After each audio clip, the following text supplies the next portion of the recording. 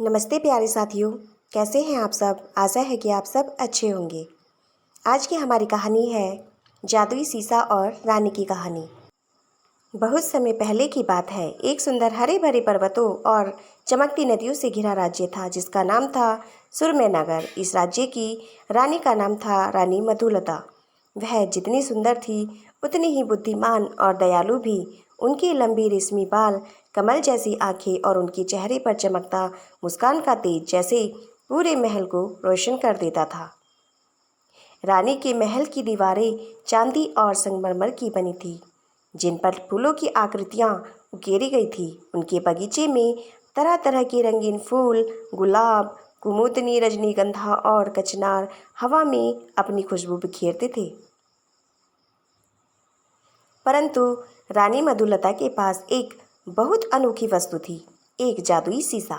यह सीसा उनकी माँ ने उन्हें राज्याभिषेक के समय दिया था और कहा था, बेटी, यह साधारण सीसा नहीं है। यह तुम्हारा चेहरा नहीं, तुम्हारा सच्चा मन दिखाएगा। जब भी तुम इसे देखो, याद रखना, यह तुम्हें वही दिखाएगा जो तुम वास्तव में हो। रानी ने उस समय तो यह बात मुस्कुरा कर सुन ली, पर उन्हें पता नहीं था कि यह शीशा एक दिन उन्हें उनकी सबसे बड़ी सीख देगा। रानी का अहंकार और शीशे की बात। हर सुबह रानी अपने कक्ष में जाती, सुगंधित फूलों से भरा जल अपने चेहरे पर छिड़कती और फिर उस जादुई शीशे में खुद को देखती। वह मुस्कुराती और पूछती, हे जादुई शीशे, बताओ, इस संसार में सबसे सुंदर कौन है। शीशा चमक उठता और मधुर स्वर में कहता, रानी मधुलता, इस धरती पर तुमसे सुंदर कोई नहीं। पर याद रखना, सुंदरता केवल चेहरे की नहीं, दिल की भी होती है। शुरू में रानी इस उत्तर से प्रसन्न होती थी, पर धीरे धीरे उनके मन में गर्व और अहंकार भरने लगा। अब वह हर रोज़ शीशे से यही सवाल पूछती और जब भी शीशा हाँ कहता, उनका सिर और ऊंचा उठ जाता। धीरे धीरे उन्होंने दर्पण की चेतावनी को भूलना शुरू कर दिया।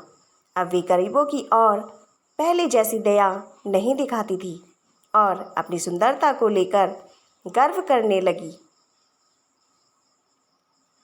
सुरभि, सादगी और भलाई की मिसाल।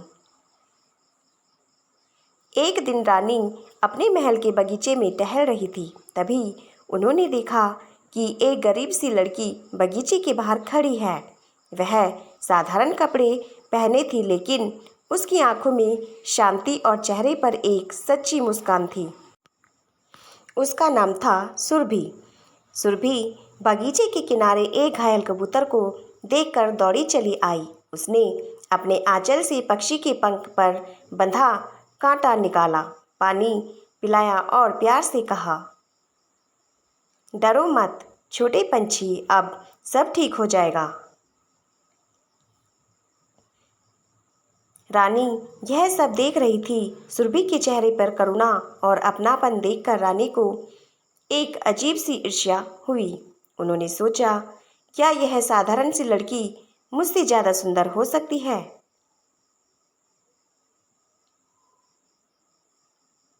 वह तुरंत महल के अंदर गई और अपने शीशे के सामने खड़ी हो गई। हे जादुई शीशे, अब बताओ, इस राज्य में सबसे सुंदर कौन है। शीशा पहले कुछ पल शांत रहा, फिर उसकी सतह में लहरें उठने लगी। फिर एक कोमल आवाज आई, रानी मधुलता, अब इस राज्य में सबसे सुंदर सुरभि है, क्योंकि उसका दिल निर्मल है, उसमें ईर्ष्या नहीं, केवल प्रेम है। रानी का क्रोध और उलझन। रानी का चेहरा गुस्से से लाल हो गया। उन्होंने कहा,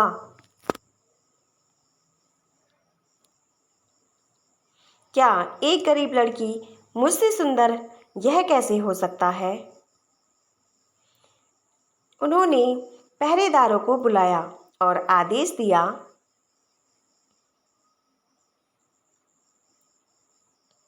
जाओ उस लड़की को यहाँ लाओ। मैं देखना चाहती हूँ उसमें ऐसी क्या सुंदरता है जो मुझसे अधिक है। थोड़ी देर में सुरभि को महल में लाया गया। वह न तो डरी न घबराई। वह विनम्रता से रानी के सामने झुकी और बोली, महारानी जी, मैं आपके दर्शन करके धन्य हो गई। मैंने तो हमेशा सुना है कि आप न केवल सुंदर बल्कि दयालु भी हैं। उसकी आंखों में सच्चाई और सम्मान था। रानी कुछ क्षणों के लिए मौन रह गई। उनके दिल में कुछ बदलने लगा।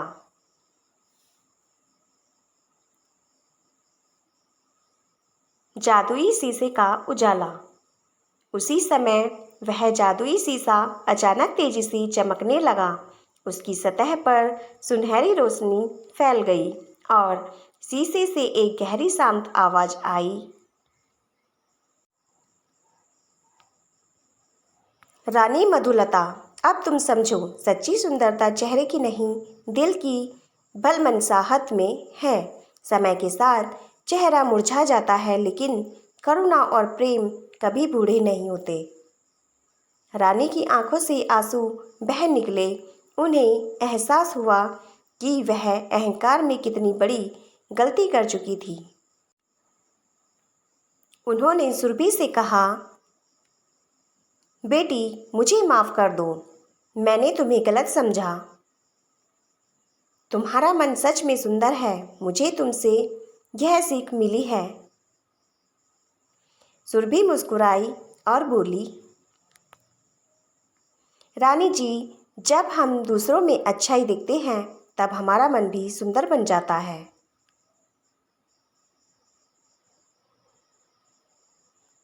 रानी का परिवर्तन। उस दिन के बाद रानी मधुलता पूरी तरह बदल गई। अब वह हर सुबह शीशे से यह नहीं पूछती कि सबसे सुंदर कौन है, बल्कि कहती, धन्यवाद शीशे, मुझे मेरा सच्चा रूप दिखाने के लिए। उन्होंने गरीबों के लिए एक बड़ा सेवा आश्रम बनवाया, बच्चों की शिक्षा की व्यवस्था की और हर त्योहार पर राज्य के लोगों को आमंत्रित करती। सुरभि को उन्होंने अपनी छोटी बहन की तरह महल में रहने का निमंत्रण दिया। धीरे धीरे पूरा राज्य फिर से खुशियों से भर गया। कहानी का संदेश। सच्ची सुंदरता चेहरे में नहीं, दिल की भलमनसाहत में होती है। जो दिल से दयालु होता है वही सबसे सुंदर होता है, और सबसे बड़ा जादू प्रेम, करुणा और सच्चाई में छिपा होता है। प्यारे साथियों, आज की हमारी यह कहानी आपको कैसी लगी? यदि अच्छी लगी हो तो प्लीज़ लाइक, शेयर और सब्सक्राइब ज़रूर कर दें। धन्यवाद।